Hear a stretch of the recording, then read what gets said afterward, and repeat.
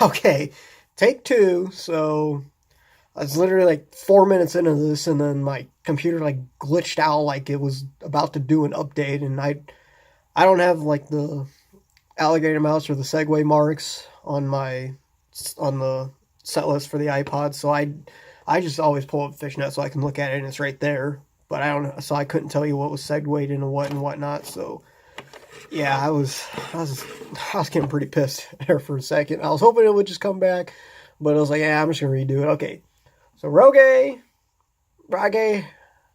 second time I said this, however you want to fucking say it, I don't care. I always learned it as Rage first. So Rage opener. Really loved how Trey had his tone for this one. This one stood out a little bit more because of that tone compared to the other Rages. That's what that was played the last couple shows or whatever so far this year. Um, Tube, uh, MVP for the first set. This one rivals my Klipsch tube I got in 2016. Again, as I just said like 5 minutes ago, it's this one was really unique compared to a lot of the other tubes. Same with the Klipsch one. I mean, obviously, all the jams, all the songs are all unique because they're all different and blah blah blah. But I mean, like when it comes out to it, there's just some songs that are just like they're so fucking unique. This one, the way it was played, was definitely unique compared to a lot of the other ones. Like the Klipsch one, just it's really stood above and beyond. As far as I mean, this one rivals my Klipsch as far as my favorite. But I mean, to be honest, I can't really. They're both one and two. At this point, I might as well just flip a coin and let fate decide which one's one and two because there's always going to be bias towards the Klipsch one being my favorite overall, always. Because that was my first tube, it was my second show ever. I didn't even know what fucking tube was until I got that one, and hell, it was that fucking good. And so was this one, so I don't know, maybe someday we'll flip a coin and figure out between these two. But I don't know, I mean, by then there'll probably be another one that comes along. You know, like a 20 fucking 15 version or something that blows the other two out of the water. Who knows? Goes into NICU. NICU, yeah, I can take. Between, I know I've said this before in another review, but like NICU, It's Ice, Timber, It's the only time from the Faulty Plan. The first take, I forgot that one, but yeah, I like that group of four for a first set choice. If I get one of those at a show, whether I'm actually at the show or just the soundboard that I'm listening to, I definitely love those four. Love to hear one of those at least come up. I mean, pretty good odds if you have out of those four. So, yeah, and I see him to Runaway Jim. Yeah, I don't know when the last time I heard of Runaway Jim. It's been a while. I got Runaway Jim first set at Dayton last year, and I wasn't a big fan of Runaway Jim. Just didn't really do a lot for me. And then the more I binged Dayton, the more I really got into Runaway Jim. I don't know. I just opened up a lot more to it. Finally, I kind of got it after a while. So it's definitely one that I'm not necessarily rooting for to get, but if I do get it, I'm very fucking pleased to get it. I'm fucking real happy. So here's where we shit the fucking bed for the whole show. Horse in the Silent in the Morning. I don't fucking get it. I don't. A lot of people say like, "Oh, Trace just fucking trolling the fans." I don't. I don't know why you would want to do that if he really is. What's the fucking point? It's just a stupid ass fucking 1-2 combo. Like, I don't get it. I don't fucking get it. It's like, I don't know.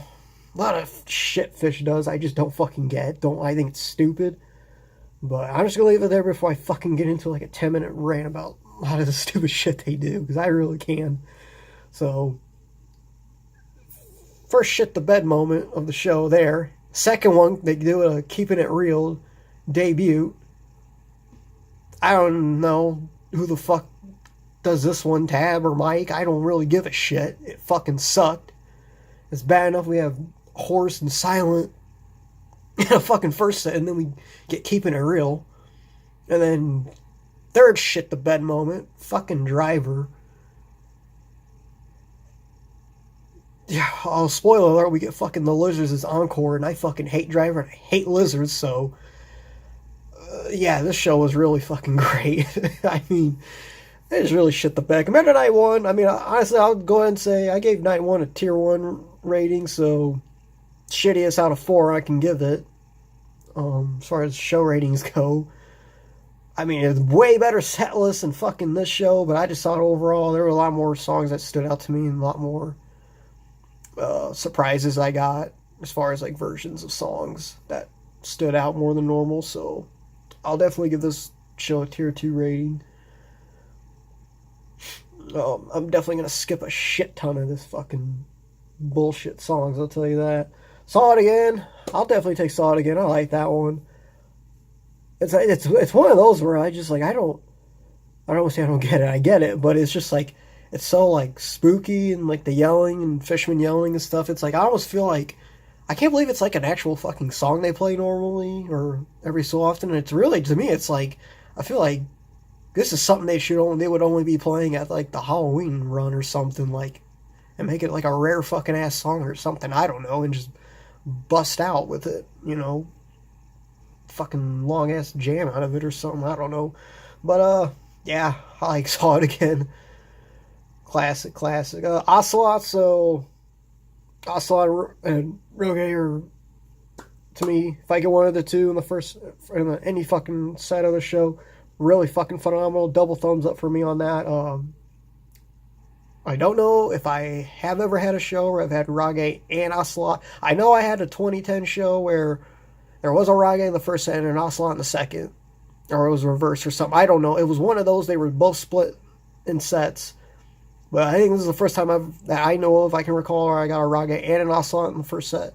Or at least the same set of a show. And I'll definitely tell you, Rage I fucking love.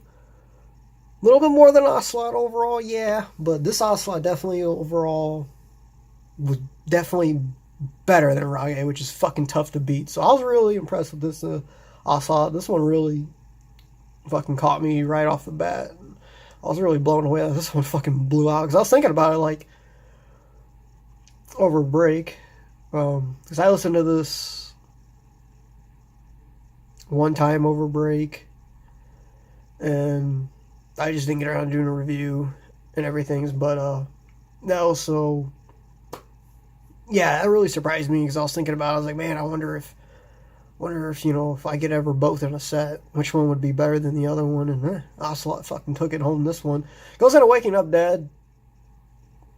I don't know. I don't give a shit about this one either. I fucking hate Waking Up Dead. That Driver, Waking Up Dead, and Lizards can fuck off this show. That's all I gotta say about that one. I'm gonna go into that one. Backwards Down the Number Line. I mean, some people like it. I don't know. It's one of those dad rock songs, I guess.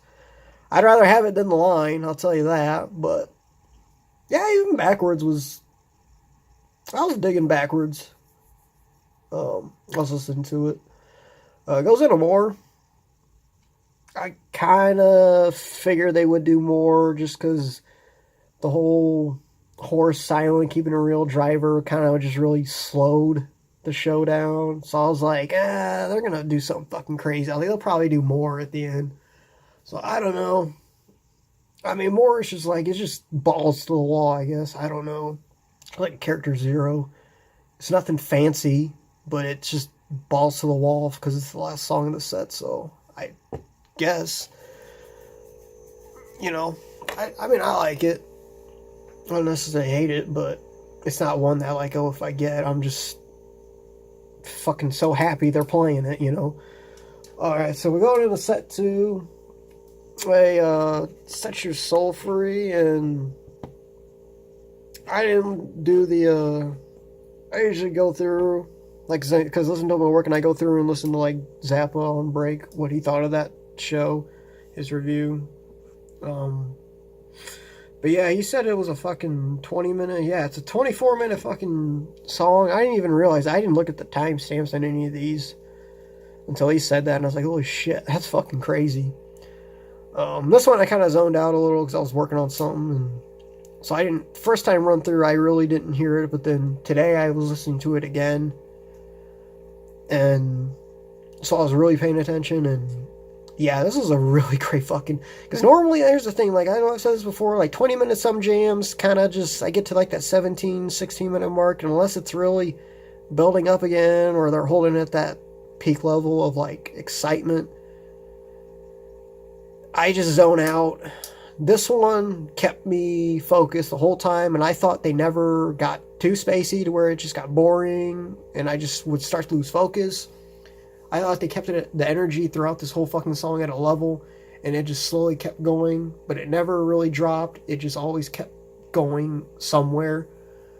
It's a great fucking Set Your Soul Free, definitely. For 20 minutes, I mean, that's the first one of the year for that one, but yeah. I think of all the big fucking 21s they played so far, the only one I can think of, I know, like Chalk Dust.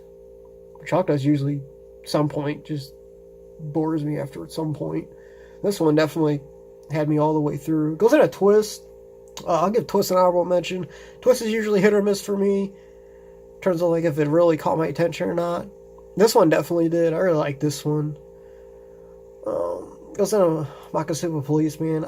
I don't know what to think about this one. I don't really know what the whole deal with this one is. I know it's like a 90s one. I'm pretty sure like Trey and Tom like wrote this one in like middle school or some shit like that. I think this is the story. It might be another song, I don't know.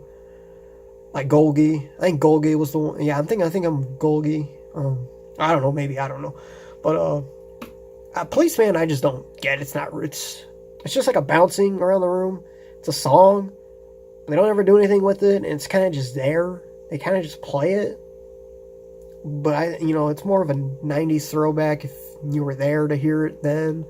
I feel like then it is relevant to anything to be putting into a set list today. I mean, I'd rather have bouncing, even though it's more of a throwback, and it's the same, I'll classify in the same categories like Policeman, just the song they play, they don't do anything with.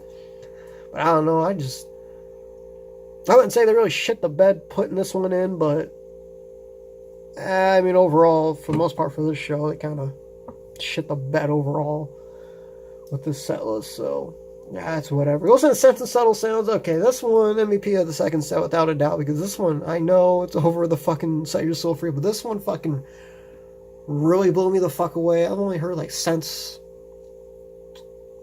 a couple other shows, but the only one I think of that comes to mind every time is I've song binged this fucking show, the 10/29/16 show, a lot. And that one, they play that one before, and that fucking nasty tweezer.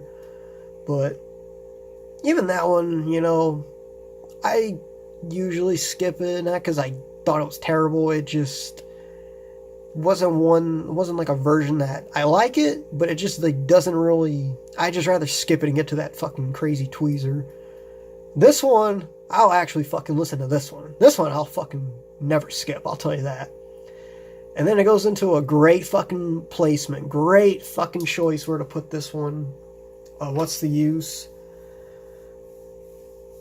Never can go wrong with this one, I mean, but just the placement after the sense that we had, the way it was played, I thought this one fit perfect right after that one. This one, and then it goes into the Wedge. I like Wedge, yeah.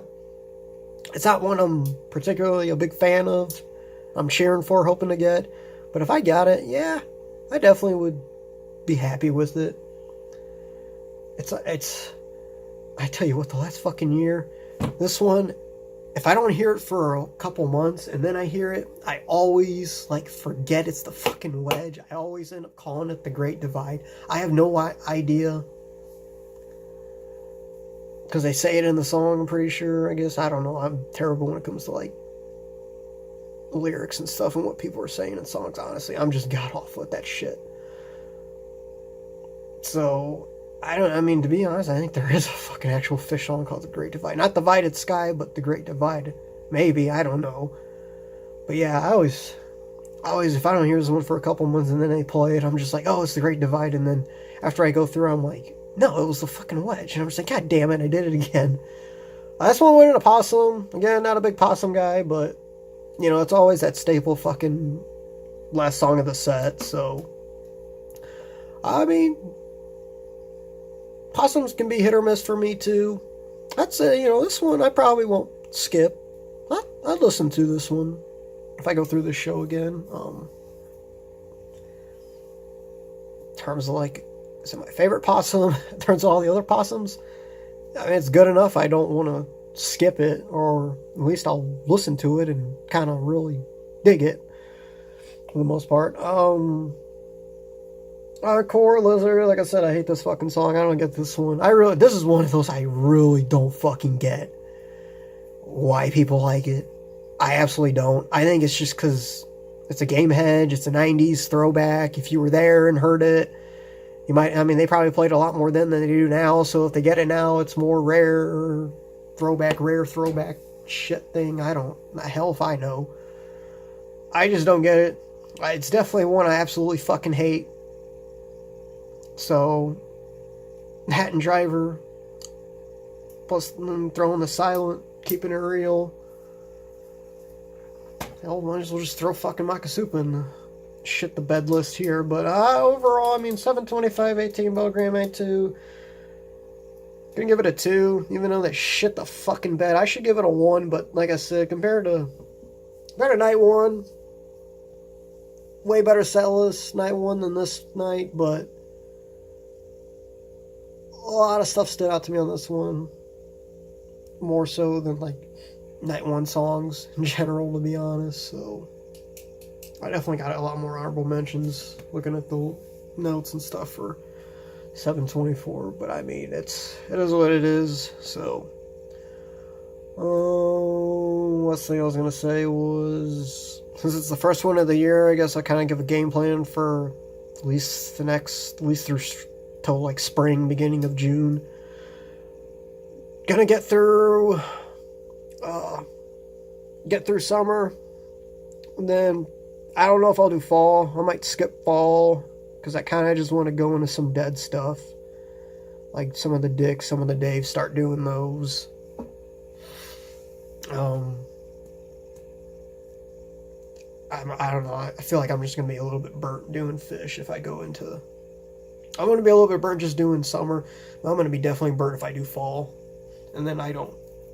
Dead stuff's a lot harder for me to do. I don't think I do as good with dead stuff as far as like how I try to do a review compared to I can with Phish. Phish is just, I mean, it's just different sounds and different shit. They're both different, but Dead's a little bit harder for me to do, so I definitely want to start getting into Dead. And then other stuff, you know, I got a shit ton of like random boards for like Chris Robinson, Cats. I mean, I love Cats, so I definitely want to start doing some Cats stuff. But I know they put a lot of shit on Archive. They have a lot of shit on Archive, so I gotta just go through one day and get all their shit, all the shit of Chris Robinson. I know like J-Rad has a lot of their shit on there, so I gotta go through and just start at least zipping all the shit and have it on my hard drive, and then as I go through, just start sorting stuff. But at least I'll have the stuff on here. So for the spring, you know, try to get through the fall at some point after I do some of the Dead and Cats and some random other stuff in between. Get through the fall. MSG, I don't give a fuck about. It's MSG. I really don't give a shit. I think people go ape shit over MSG than they do Dicks, which I don't. That's just my opinion. I don't really care. I'll never go to fucking New York to see a show. I don't give a fuck if it's Dead and Co. or anybody. I don't know why. I don't know why MSG's like everybody wants to play there. Because it's big? I don't fucking know. I don't know. I mean, to me, indoor is fucking just... It's indoor. They're all the fucking same.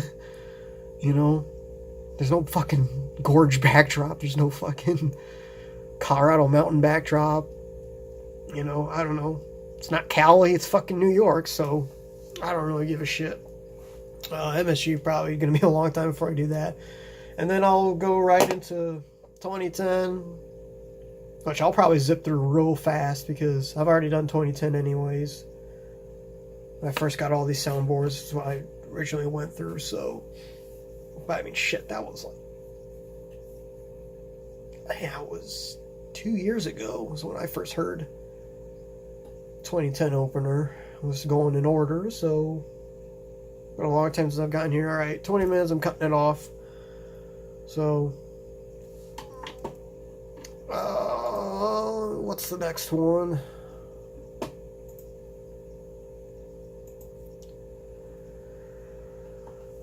Well, Forum, 27, 28, and then Austin 360, and that'll be it for July. All right, so hope they don't shit the bed at the Forum.